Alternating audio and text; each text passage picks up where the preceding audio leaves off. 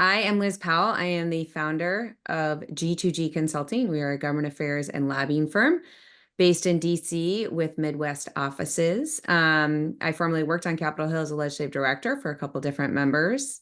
And once a quarter, I could get to team up with my colleagues here and talk about what is happening in Washington. And today is going to be a fascinating discussion with the election. So what we like to do whenever we do these is kick off with introductions. So I will pass to Chris Campbell for your introduction.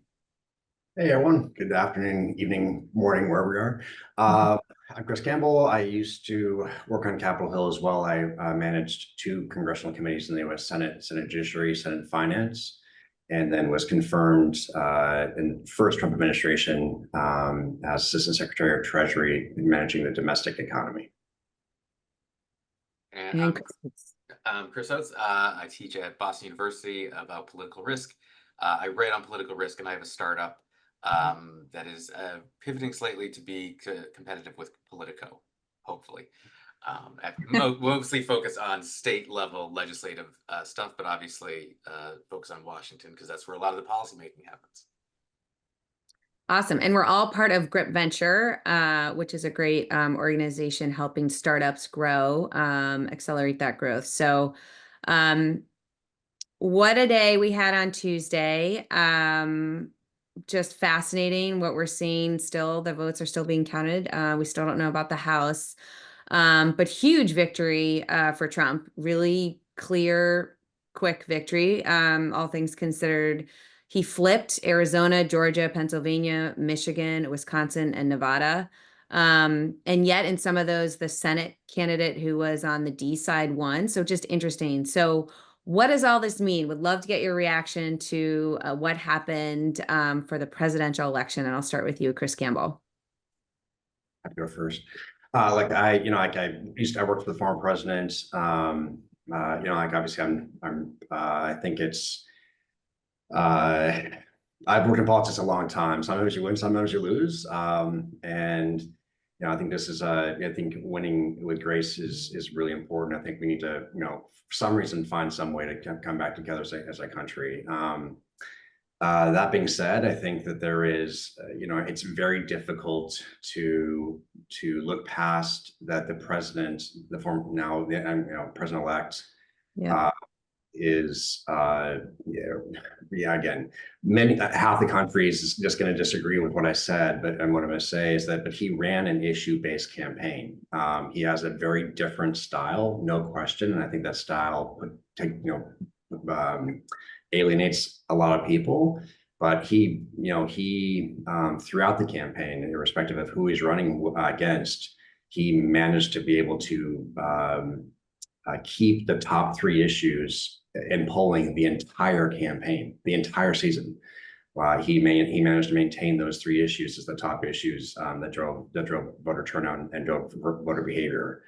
And so it's very difficult to not, just realistically and honestly suggest that he has a mandate, and he has a mandate on issues that he ran on. Every single time he spoke about several issues. And so I think, it's very difficult to not suggest that he has a very clear mandate from more than half the country to execute those. Real quick, just say what those three issues are, just so we're all on the same page. Yeah, so returning the country to an economic position where I think everyone feels that they're winning, to inflation under control, to control and public control, and I mean, again, this is going to sound harsh, but deport those who have come to the United States illegally and control our borders in a way that's meaningful. And then try to find a way to there's so many things he ran on, but to stop the mandates, to try to find ways of bringing more sensible policy on the economy. So I mean, he obviously favors tariffs, but we have a huge tax reform debate that's going to come this year that the tariffs will be a significant portion of, and and I think that again, I hate to talk about this stuff because it sounds like it's to say it this way. I think it's sad that we've come to a country, to a place where we actually have to be very careful and apologize for positions we have that are not insane. And I hope, and I think that is really one of the major reasons why I think he won such a huge mandate, even with and got new voters on the unions and all that kind of stuff. I just don't think that there's, again, I'm a Republican. I'm not going to tell the Democrats what they need to do to change. Like Republicans have lost before. There's a lot of soul searching that has to happen, but that being said, on a going forward basis, I think that there's just a lot to do, and I think I think energy independence is another thing that the president ran on, talked about every single time. I think there's a new mandate once RFK joined the Trump campaign to significantly change the way and alter the way that we view healthcare in the country, and with personal freedoms and changing the types of food that we consume and the ingredients that the government allows. So again, I just think there's just a ton of things that have changed, and I think it would be unfair and not realistic to suggest that the former president, the incoming president, didn't run an issue-based campaign, because it was entirely issue-based, in my opinion. Okay. So those are kind of some of the thoughts. I think it's going to be fast and furious. Things are going to be really moving really quickly. I don't want to monopolize, but it's yeah. So there's kind of my early thoughts. Yeah, that's helpful. Yeah. In. So Chris Oates, what do you think? What's your initial thoughts on this presidential election? Well, I'm happy that I get to disagree with Chris Campbell for once, because I feel like on these calls we agree too much. Here's the thing. I don't think Trump really did run a campaign. I mean, obviously he was doing rallies and he talked, but during the primary, he didn't show up to any of the primary debates.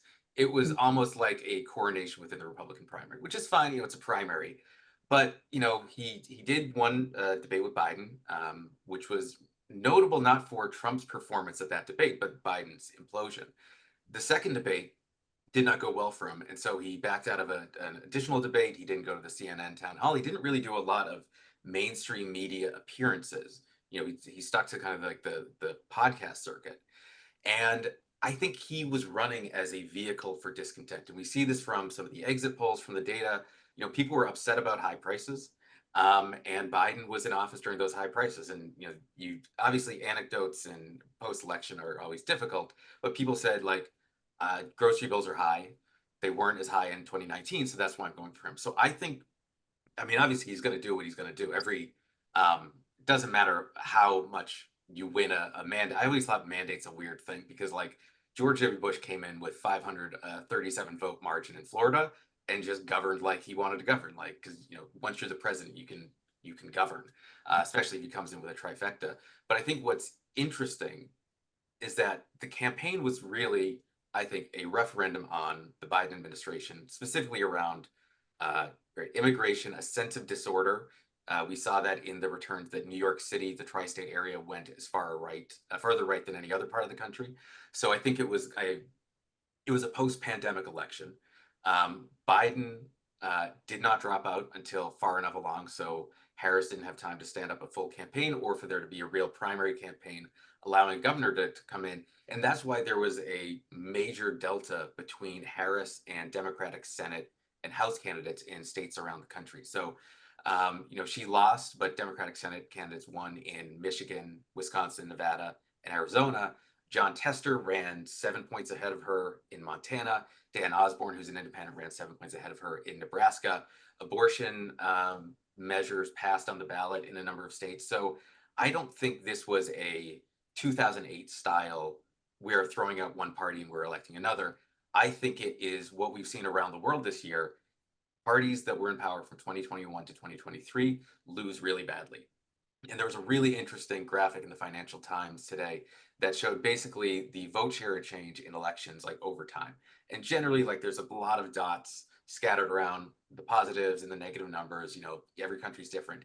This year, every single country, the party in power, lost vote share, and the Democrats actually performed the best of any of them. So I think it's really important not to overdraw and we'll get into what's going forward it means. I think it's really important not to say this was Donald Trump, a magical politician. I think Nikki Haley would have won by a lot more, probably would have picked up a few more Senate seats. And I think if it were reversed, if Trump had won in 2020 and this was Pete Buttigieg running against Ron DeSantis or Mike Pence in 2024, I think the Democrats would have won. So I think it's important to situate everything we're about to say in the structural context of 2024 was just a brutally bad year for incumbent top of the ticket. That's interesting context. I also think, though, Trump is one of one. Like, he is just a distinctive candidate that brings people out in a way we've not seen in a long time. So the other thing I thought was really interesting is the gender gap that wasn't. It was not nearly what it was. It was 13 for Clinton, 15 for Biden. What is going on? What do we have thoughts on the gender gap? Back to you, Chris Campbell. In my opinion, the most fascinating thing about this campaign, and I think where the Democrats significantly strategically made a huge error. They made two huge errors, I think, in this campaign. I think she chose the wrong vice president, and that cost her, I think, Pennsylvania and maybe other states. And then, but secondly, they went all in on abortion, and they put abortion on the ballot. And in those states, people voted for the abortion, and then they voted for Donald Trump. I mean, it just happened. So it wasn't the driver, and there wasn't the connection. Although she ran on it, it was everything she talked about was an abortion and female reproductive rights. It just didn't turn out that they linked that to the Harris campaign. And it just didn't happen that way. So, and that was fascinating to me. I mean, it really saw that divide and that ticket splitting was significant. And that's why I think, I vehemently disagree with Chris, and we usually don't. For those who watch this all the time, we usually, violently agree. But again, as a Republican, and as someone who would like to see more Republicans win, I really hope the Democratic Party takes Chris's message and doesn't change in the way that they communicate and linked to voters. Just to interrupt you, I will say they need to change. So don't. I am not giving that was not my autopsy, but yeah, I agree with you on your previous points. Talking to union voters and telling them that they have to put their pronouns in their names, that will always win. I mean, guarantee 100% of the time. Going to union households and suggesting that their children are going to be, they're going to have sex changes, and they're going to have women, guys in their competing against their daughters. Just go to union households and talk to them about it. I mean, I significantly and sincerely hope the Democratic Party continues to do that, because we will continue winning. So, but yeah, I guess, it's an interesting thing. I think that the other thing that's going to be fascinating for this campaign is I think that there is, we'll see next in the congressionals in 2 years, if this is a realignment, or if it was kind of a one-off, where those new voters came, that traditionally Democratic voters or very low propensity voters, do they come back out again? Is the coalition lasting? And I think it's, largely, I think it'll be based on what the president-elect does and is able to accomplish in the first 2 years. And I think, that of course, the Democrats will be, extremely opposed to most of what he does. And so there'll be like a significant debate on these issues.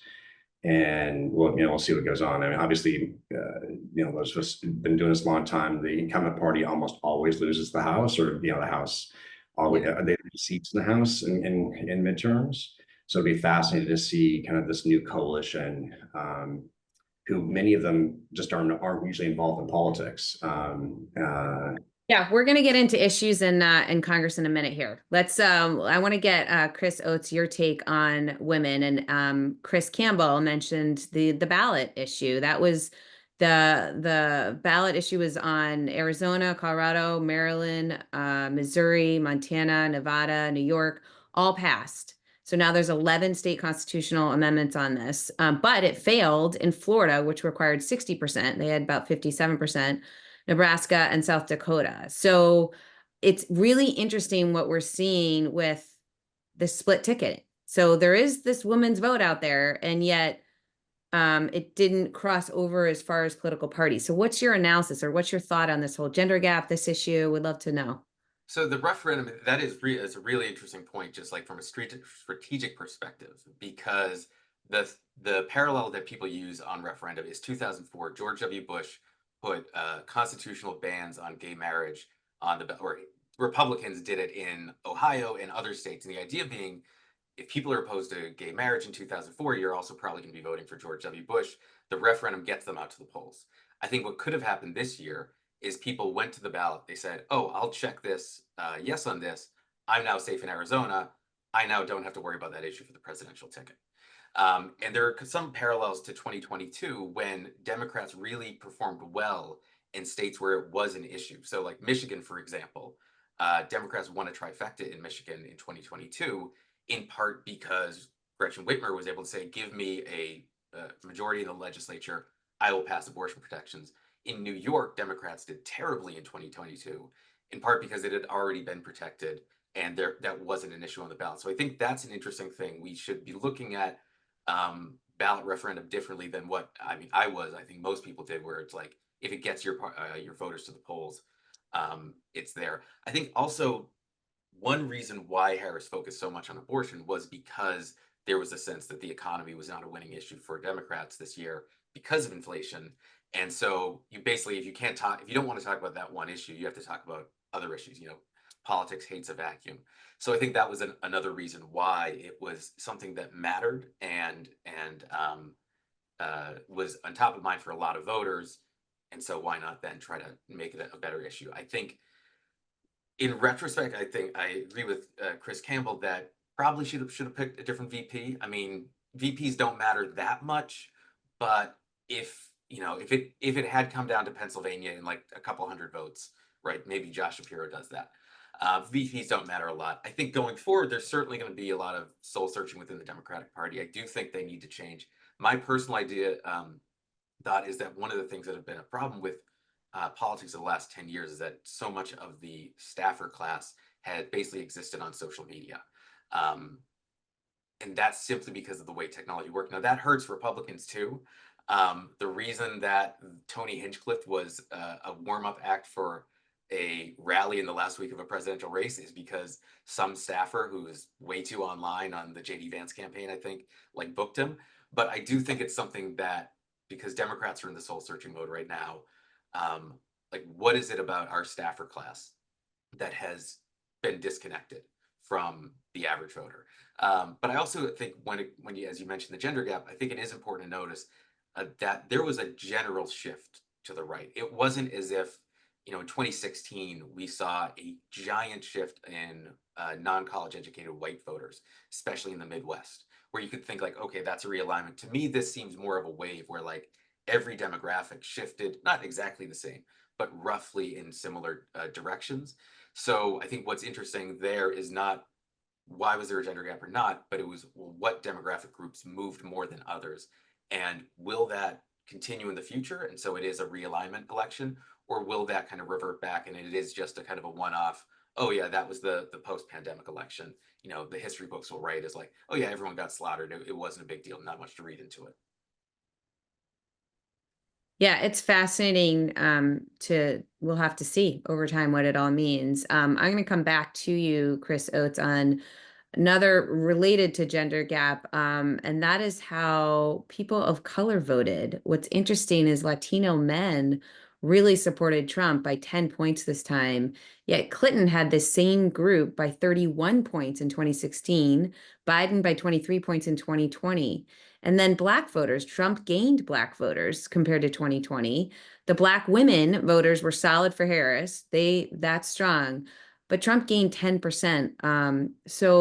And then Chris Campbell had touched on unions. So like, what's going on with the traditional categories of who votes for whom? What's going on with that? It just seems like there's a lot of shifting happening. Yeah, so I'll say, first of all, every article you read about these shifts, be very cautious about the numbers, because exit polls are not that precise when it comes to subgroups. We'll find out later on what the precise numbers are, but certainly, Miami-Dade County went for Trump. The Bronx was like 30% for Trump where it wasn't. So shifts were happening. We don't know the exact numbers, but the shifts certainly happened. I think there's a few reasons. I think one is that inflation of the last few years hurt working class people more than higher income people. So that was part of the shift. Certainly the idea that a woman was running seemed to have mattered.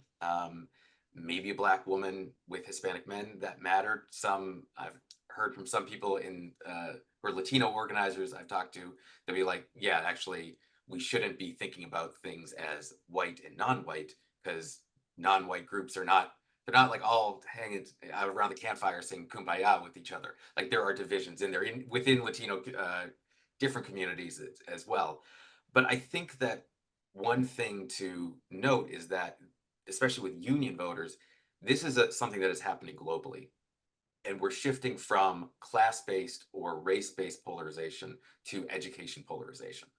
And so, and this is partially kind of an identity issue, maybe it's how people talk, but I do think there is something that is not just unique to the United States, and it didn't just start, now where Joe Biden like literally helped the Teamsters with their pensions. Joe Biden, the Democratic Party in 2021, it was part of the American Rescue Plan, and then he couldn't get an endorsement from the Teamsters. So I think we are looking at kind of a 20th century version of politics when we say like the unions do this, these ethnic groups do that, and I think we should start be thinking more on educational lines certainly, but maybe getting into more educational, geographic, within race lines. So it's just getting a lot different in terms of what polarizes around what issues.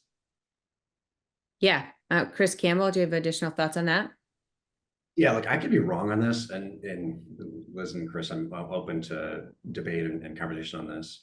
But again, I'm a Republican. I've been working in Republican politics a long time. We always talk about coalitions when running campaigns, and we do, we try to reach into different communities and build coalitions. I think it's probably fair to suggest that the Democrats, probably starting under Clinton, but certainly under Obama, started hyper focusing or really are kind of hyper segmenting the electorate and trying to find ways of building coalitions amongst that hyper segmentation. The Republican Party, again, in my opinion, in my view, they just didn't do that and haven't done that. So it's more like broad based. Let's do the economy, that kind of stuff. And so what I see maybe happening, I could be wrong, but is that we haven't really, the Republicans really haven't like focused on like, doing any specific Black or Hispanic or gay or women, that kind of stuff, but more kind of like just broad policies. And I think that's probably why, and the Democratic Party continues to hyper focus on and hyper segment on what's sometimes known as identity politics. And so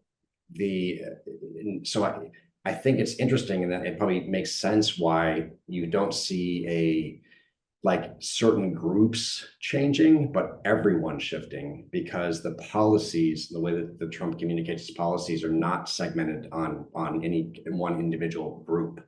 It's more kind of broad based. And so, and if that broad-based conversation works for, you don't have to be Hispanic to not like or not like or like it, or a woman or whatever it is. It's just those are the issues. And like it's, again, because I think most people would suggest talking about immigration and talking about mass deportation, you probably lose Hispanic voters. That's just not what happened, right? And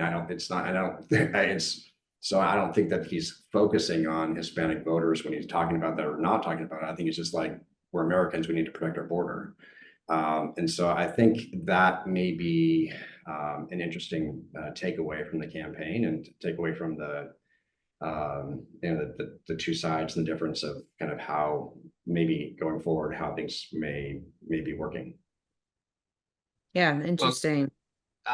Chris Campbell, I was just listening to Pod Save America to get their reaction, and they said what you said, which is that Democrats focus too much on, we're going to talk to a women's group about women's issues, etc. So, I mean, you should ask to go on Pod Save America, because I'm sure they would love to hear that you're in agreement with them.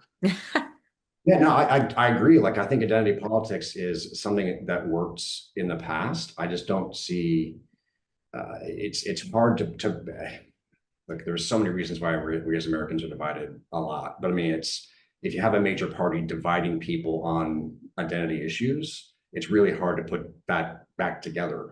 So and not just the Democrats, I mean, Republicans are equally, and like Trump's communication style drives people bonkers, and I get it. But it's just, there's lots of reasons why that's happening. And with the rhetoric on both sides during the campaign is just unbelievable. I mean, it's crazy to think that, I guess what's interesting for me, and again, there's blame on both sides that go around this, significant, a lot about blame on this, but I had many Democrats who woke up the next morning on Wednesday and called me and crying because they really believed that the country was going to not exist in 10 and 20 in 70 days. I mean, that is insane, right? I mean, to have a major party suggest that if a person gets elected, that the Constitution and the country cannot survive is literally insane to me. It's literally insane that that rhetoric led two crazy people to try to kill a former president, and now the current incoming president. I mean, it's literally insane to me, right? Now, like, Trump does the same things and we lock him up and the whole thing. I get it, but like, we've got to like somehow really stop this. I mean, this is bonkers. I mean, we have enough people outside of our country who hate Americans. We don't need Americans hating Americans. We have to find a way to put this gene back together, and to have people genuinely have anxiety waking up the next morning because the Democratic Party has told them over and over and over again that the person's just been elected is going to destroy the Constitution and make America, turn America into some autocracy. I mean, it's, to me, is mind blowing. It's Yeah, it's interesting though. It's a bit of like tons of whatever rhetoric and misinformation and craziness. It's all sound bites. It's also like a basic civics lesson. A lot of people don't understand. They think the president can write legislation. Like I think that there's definitely a civics class in order for a lot of people. Because I agree with you. There's institutions, you cannot just break them apart just because one person is in office. So I think that's an important message that we all need to be clear on. So I'm glad that you said that. I want to send a question back to you, Chris Campbell. The economy. So what's fascinating, the stocks surged yesterday. The inflation rate is around 2%. The prices are 21.4% higher now than they were in February 2020. So there's a lot of things going on. So what's your take on the economy now? Where's it going? How did that impact the elections? Just whatever thoughts you have on that. Yeah, so this we can talk for, I can talk forever. This is what I do, but so the reality is that my guess is the Trump administration, incoming administration, will model what they did largely after what they did the first time in the first 100 days. So that'll be and it's teed up, right? So there's a major tax bill that must be passed this year, because the Trump tax cuts of 2017 expire at the end of the year. So that's, depending on how they have a Congress, that could get done. That really could get done the first 100 days. You'll have a significant amount of D and re-regulations that will, significantly lessen the footprint of federal government, saying what businesses can and can't do within bounds, right? So it'll unlock, like it did last time. It'll unlock the creation of new companies, new businesses, putting new plants in, that kind of stuff, make that much faster. I think that they will then, look at leasing on oil and natural gas, including fracking. I think that's, that'll be significant. That'll happen. That'll be like a day one type of thing by executive order. And then they'll address the border immediately. So like all of those things together will be, what it did last time was it made a significant unlocking of the economy, candidly, like we hadn't seen ever before. And so we'll see if it happens again. I take the points from the Democrats and from the Democratic economists that the president were to, incoming president were to, levy 60% tariffs across the board. It would have a significant inflationary impact. What I think that people fail to understand about Donald Trump is that Donald Trump is always negotiating. It's always what he does, always, even when he's running. And so he never tips his hand on what he's going to do ultimately. And so this is why countries around the world get so scared of him. But I think it's like, do I think the president's going to come in and levy 60% tariffs across the board? Absolutely not. Do I think he's going to use it as a hammer to make people do things? I absolutely think so. Right. So I think that he can impose tariffs against one country. He can do it across the board. He can put them in one day, take them out one day. I think that he will do all of those things to make sure that drives his agenda and drives his outcomes. And so I think, the best way I can say this is that everyone remembered during the first administration, we got hammered for starting a trade war with China. Well, inflation was below 2%, right? It's like it just doesn't match up with the facts, right? So the president is, I can promise you that incoming president cares more about the economy than probably anything else. He is just a business guy, and he is not going to do something. He won't do it. I'm telling you, he won't do it. Because I worked with him on this. That's going to destroy the economy. It's going to raise inflation to 10%. It's counterintuitive to what he will do. Now, do I think there'll be significant change? Do I think he's going to schedule a lot of the federal workforce? Do I think he's going to get rid of half the workforce in the federal government? I think it's highly possible. Right. I think there's a lot of things he will do that will lessen the government's footprint and it will drive people bonkers. But I think, so I think there's a lot of change coming. But on the economy, I think that he's hyper focused on it. He's hyper focused on the stock market, hyper focused on the creation of new jobs, new plants, new manufacturing, that kind of stuff without doing industrial policy. And so I think that he'll get into across the board re-regs, deregs, tax issues. And try to run through the same playbook he did last time, which proved to be very successful. Interesting. Okay, Chris Oates, what's your thoughts? I mean, Chris Campbell has been in the White House. I haven't, but I have seen over the last 8 years Republicans say, Donald Trump isn't going to do what he's saying that he's going to do, and then he goes and does it. The best quote I've ever seen is from November of 2020, someone, I think it was Mitch McConnell, saying, what's the downside of humoring him that he lost the election? It's not like he's planning to overturn the election from Joe Biden. And then obviously January 6th happened. I think we don't know. Let's face it, he's a 78-year-old man who for the past 40 or 50 years has been talking about tariffs. He went to a Bloomberg summit with John Micklethwait and was like, tariffs was his thing. Maybe he won't, but I find that the best default assumption is all of us on this call, I assume we're not going to be working in the administration, all of us on this call, but we're going to be watching it.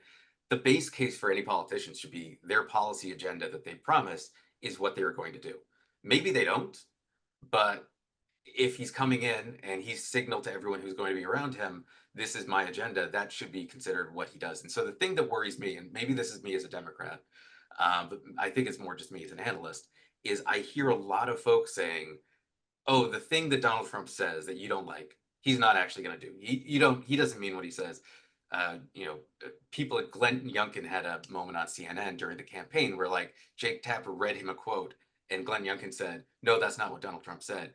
And Jake Tapper was like, it's his words. I just read it to you.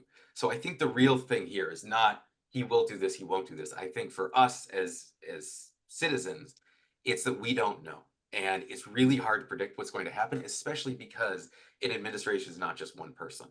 He may say, we're not going to do this. And then someone that gets appointed at the Commerce Department because they worked on this campaign and they're reading Project 25 and they think that's what he wants.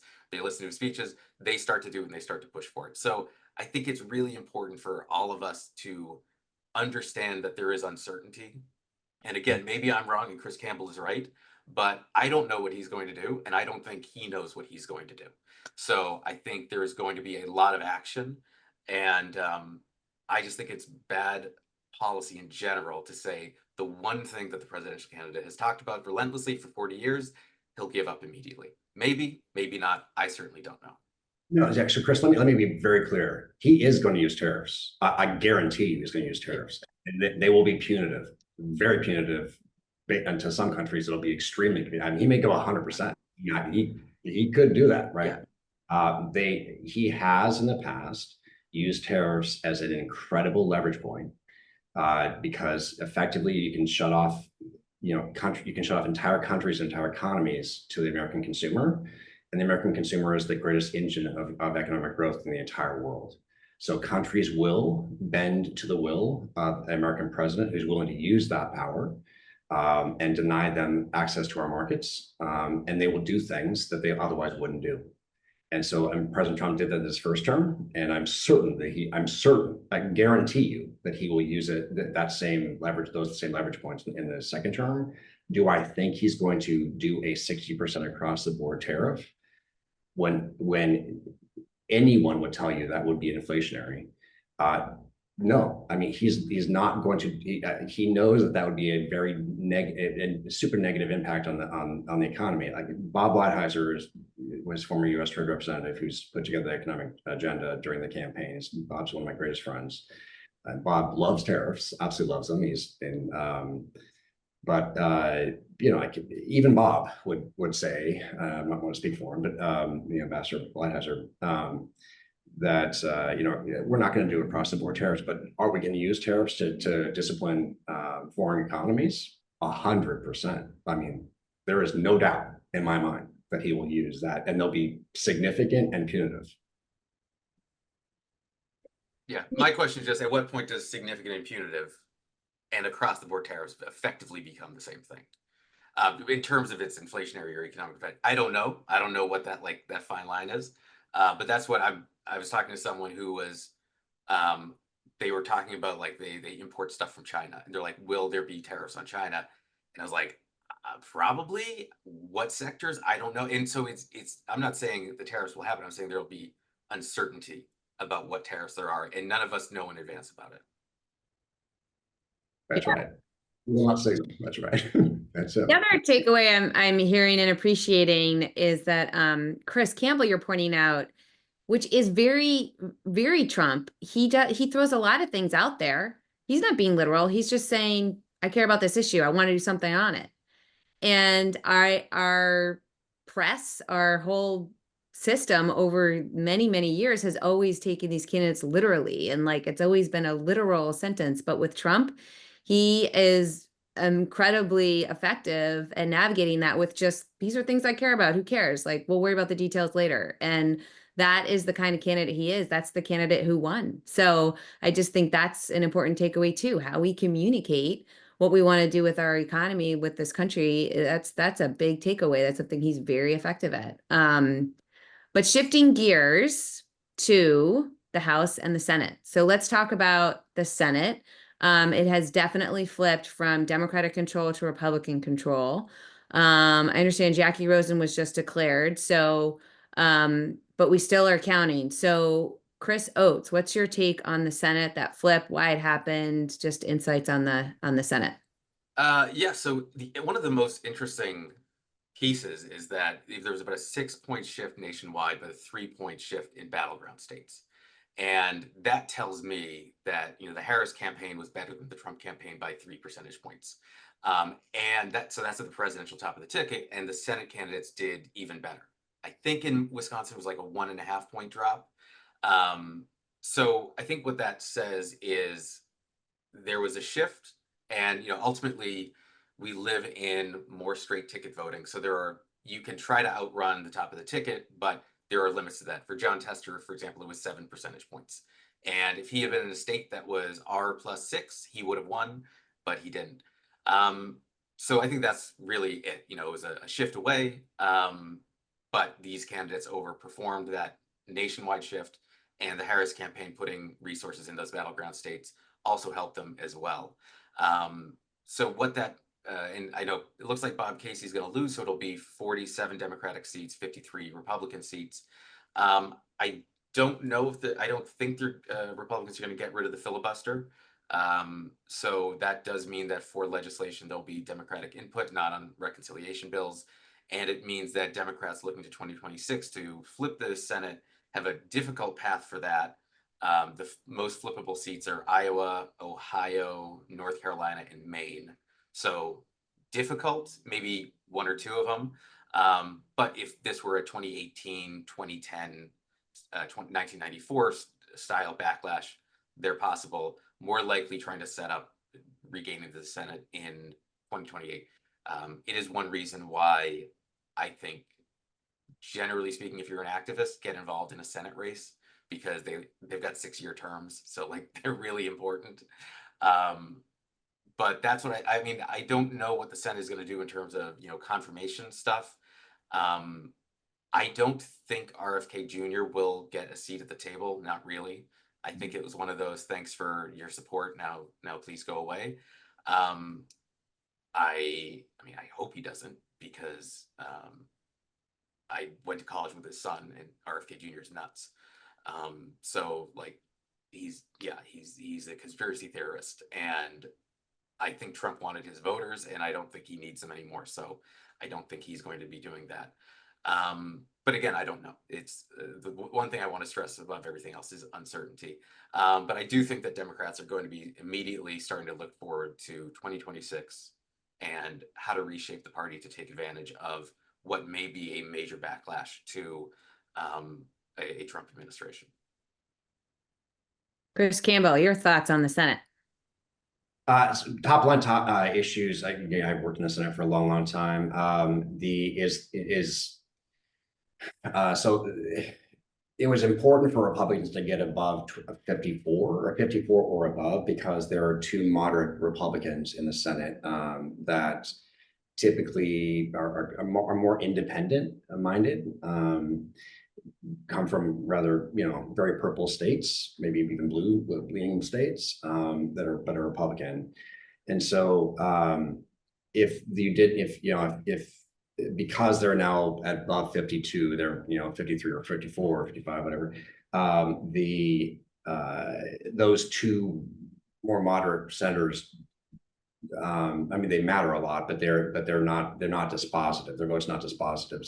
So because of that, they can there's some wiggle room on confirmations and other things that would have been otherwise had more difficulty in a more closely divided Senate. So I think that there's looking forward, there's Supreme Court and the cabinet and others that are important, and those confirmations really matter. They have to go to the Senate, and then because of the numbers would not be subject to any kind of filibuster. So that again, having worked in the Senate, it's that power of confirmation is really important. It was confirmed, but it's a really good way for, if there's going to be a governor on policy, because in politics, personnel are mostly policy.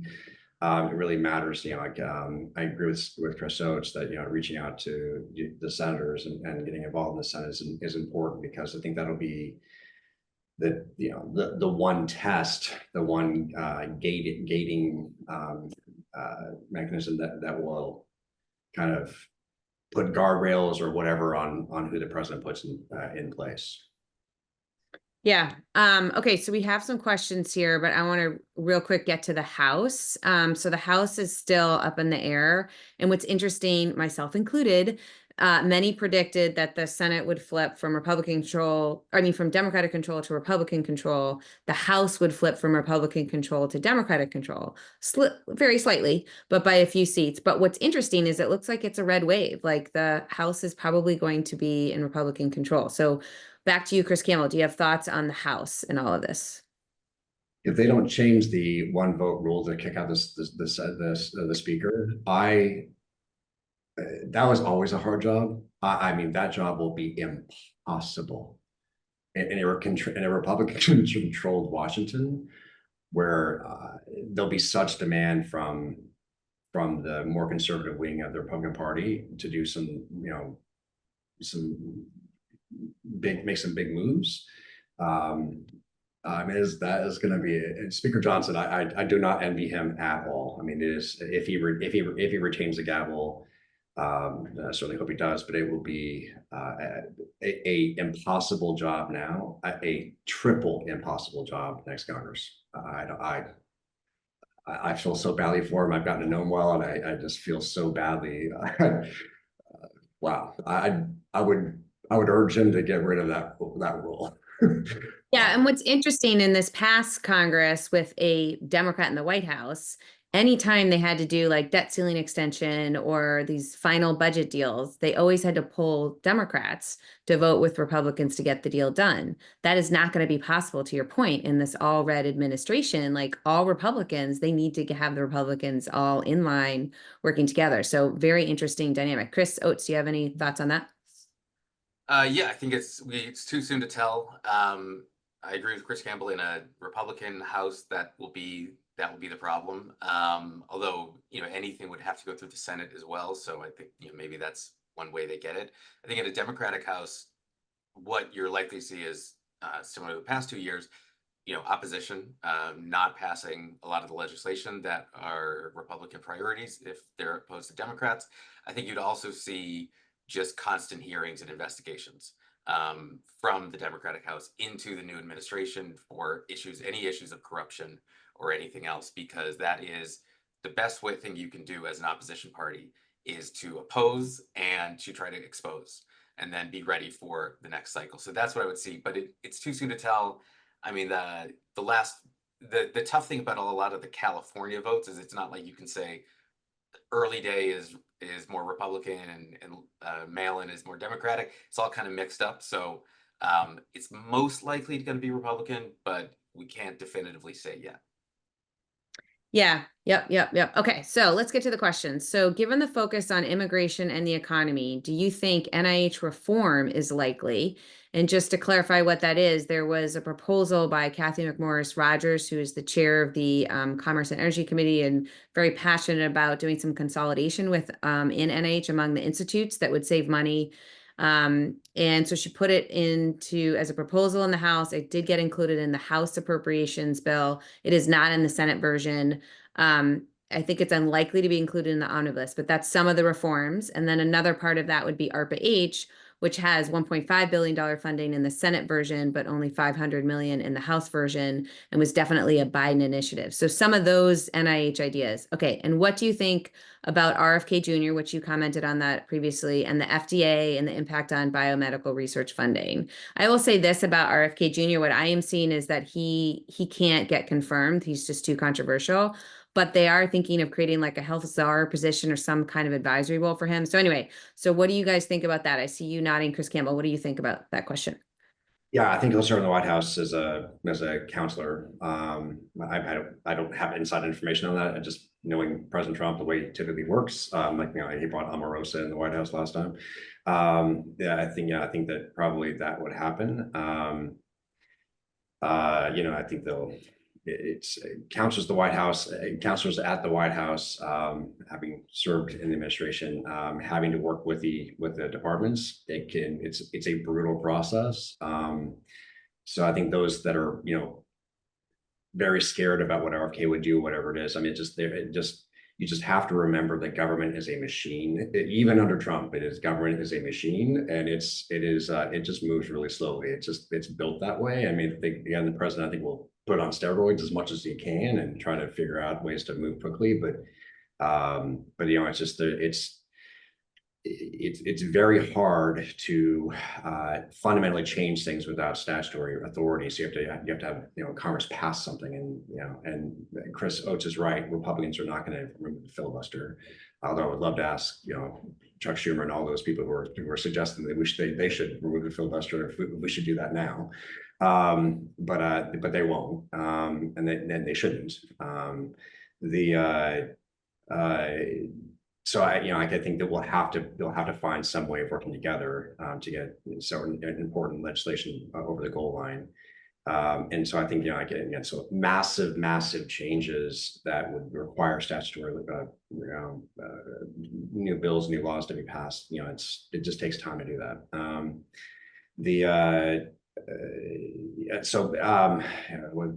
mean, HHS. I mean, there's going to be massive changes. There's no question. I just don't. It's again that those changes will look massive, but because the way the government is the way the functions, they're actually going to be small, but they're kind of make a mountain of a molehill. But you're going to hear about it over and over and over again. That these the changes that would be otherwise probably thought of as impossible. Like in one example is during the last few days of the Trump administration's first one, some brilliant lawyer in the White House dreamt up an idea that you can create a new schedule for federal workers. They call it Schedule F, and you can put someone in a civilian position in the federal government, put them in a Schedule F position, and then subject them to termination. And I think that's likely going to be very widespread throughout the government. And I think, so I think that means some of those things are going to be quite significant, right? I think, and then they'll have, I think, other things like, for instance, there's, Democrats passed the creation of 80,000 new IRS agents to go in and audit Americans' taxes. I think it's likely that those 80,000 people will be removed from the IRS and moved over to ICE or to the border. So I mean, I think that you'll have, I think there'll be shifts like that'll happen that are just going to be more reflective of the Republicans and President Trump's agenda. You're good. You're moving right into the second question, which is about civil service. So wonderful. Chris Oates, what's your thoughts on the first question, as well as if you have thoughts on that broader question about civil servants and how those will be managed? Yeah, I mean, I think we don't know what RFK is going to do. There's going to be major pushback from within any of these organizations that are mostly staffed by career civil servants and scientists at the USDA. But I think this and civil service as well would be probably the Democratic Party's best line of attack against Donald Trump, because I think he won on an idea of we're going to reduce prices, and we know that the Harris campaign overperformed in the battleground states. So I don't think she also had higher favorability ratings than him. So I don't think it was that people loved him. They hated the prices. And if he comes in and Democrats can say, this man is firing career civil servants, he's going after scientists, he's going to poison your water, your kids are not going to be, are going to have cavities because they're taking away fluoride. Whether that would happen right away or whether that is just an indication of that will be a major attack line throughout 2025 and 2026. And I think, as Chris Campbell said about the statutory nature of so much stuff, that if any legislation were to come up on that, now you would have frontline reps, because your representative, you're constantly campaigning, started to be asked questions about that over the summer. So I think, I don't know what's going to happen, but I can certainly say if there's any moves in this direction, this will be a major line of attack for Democrats, because it unifies the coalition, and you're able to go to your high information voters and say, isn't this terrible? And you're able to go to low information voters and say, isn't this terrible? And yeah, I don't, there's a reason why RFK dropped out of the race. He does not really have that much popular support. So I wouldn't be surprised if, like some of the 2017 people he's brought in, is there for one or two Scaramucci's and then is out after some negative PR. Yeah. Also, we got a question about this being recorded. It definitely is being recorded, and we're going to send it to everyone who registered. So you will get a copy of this.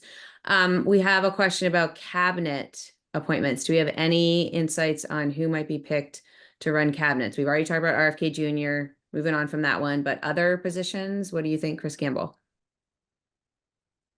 I have a unique view inside of what's happening, and so unfortunately I can't answer this question. But yeah, there's it's fast and furious. The president is certainly putting names to positions, and I think Junior is very involved, as are the transition leads, and they've been vetting folks for quite some time, and I think that they've done a pretty good job of not having those leaked.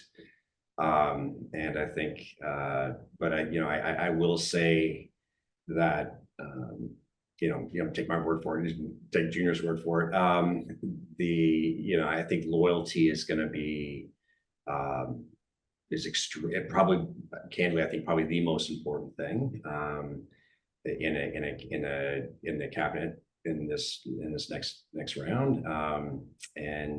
So I think, they're trying to find extremely competent, well, well qualified folks that will also maintain an extreme loyalty to and fidelity to the Constitution, but also to the president and to his policies. Yeah, loyalty, definitely. That's very clear. What do you think, Chris Oates? I have no unique insights into this, but I will say, because I know we're running out of time, the one thing kind of touched on, but I think is important to note, the giant question is the authoritarianism question. And I know that it's been dismissed by Republicans, he's not going to be authoritarian, but we know what happened in this first term. We know that his chief of staff called him a fascist. And just now, when you said the most important thing that Don Jr. has said is loyalty, I don't think any of us on this call thought, whoa, you mean loyalty to the Constitution, right? We mean loyal, like, we know what he means. And that's not how cabinet officials in any administration I can think of have ever been vetted on. No one ever heard of Joe Biden was thinking about Anthony Blinken, but didn't know if he'd be loyal enough. So this is the big question. We don't know. I really hope, for the sake of the country, that there is no authoritarian push. There's no American Orban. But that question made me worried. Or that answer made me worried. And I really hope Chris Campbell is right, and I am being hysterical and a Democrat.